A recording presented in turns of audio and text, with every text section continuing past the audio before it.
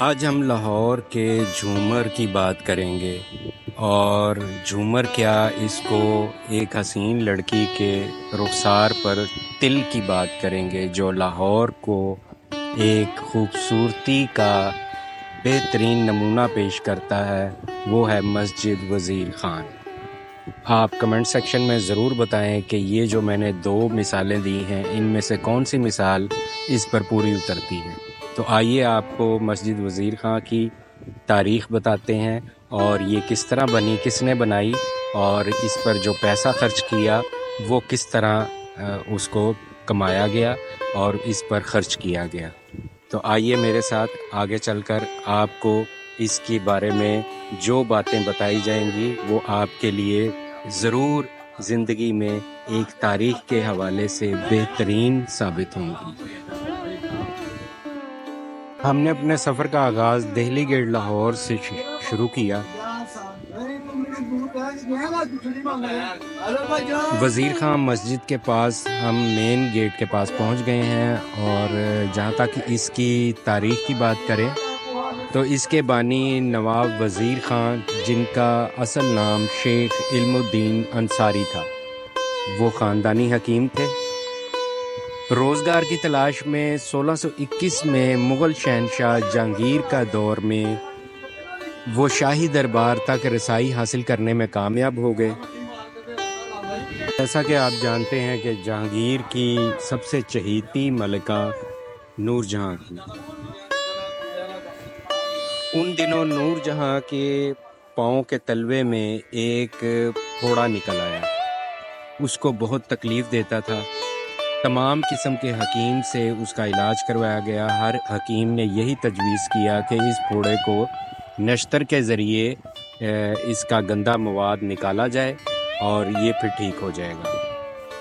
آپ جانتے ہیں کہ ملکہ کے نخرے، ملکہ نے یہ کسی طور بھی ماننے کو تیار نہ ہوئی کہ نشتر کے ذریعے میرے پاؤں کو زخمی کیا جائے۔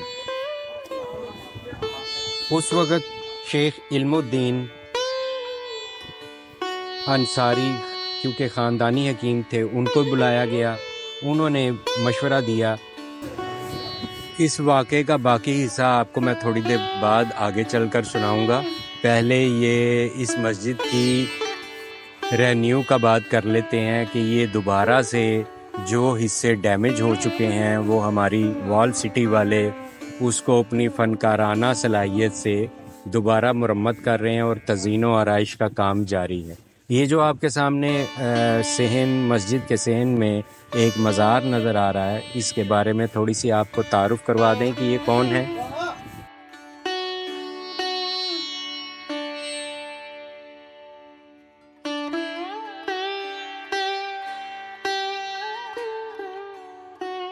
یہ جو مزار آپ کے سامنے ہے، یہ تہہ خانے میں اصل قبر ہے، اور اوپر یہ خوبصورت اس وقت کا چبوترا بنایا گیا ہے۔ یہ حضرت سید محمد اسحاق المعروف حضرت میرا شاہ کے نام سے ایران سے آئے تھے، اور یہیں پر تغلیہ سلطنت میں یہیں پر مقیم ہوئے اور اپنی فیض و برکات جاری رکھیں اور اسلام کی خوب خدمت کی۔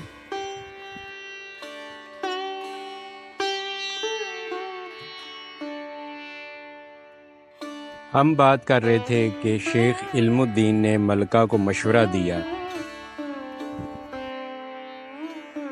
کہ ملکہ کو ایک ریت کے فرش پر چلایا جائے ننگے پاؤں، لہٰذا اسی طرح ریت بچھائی گئی اور نور جہاں کو کہا گیا کہ آپ ننگے پاؤں اس پر چلیں۔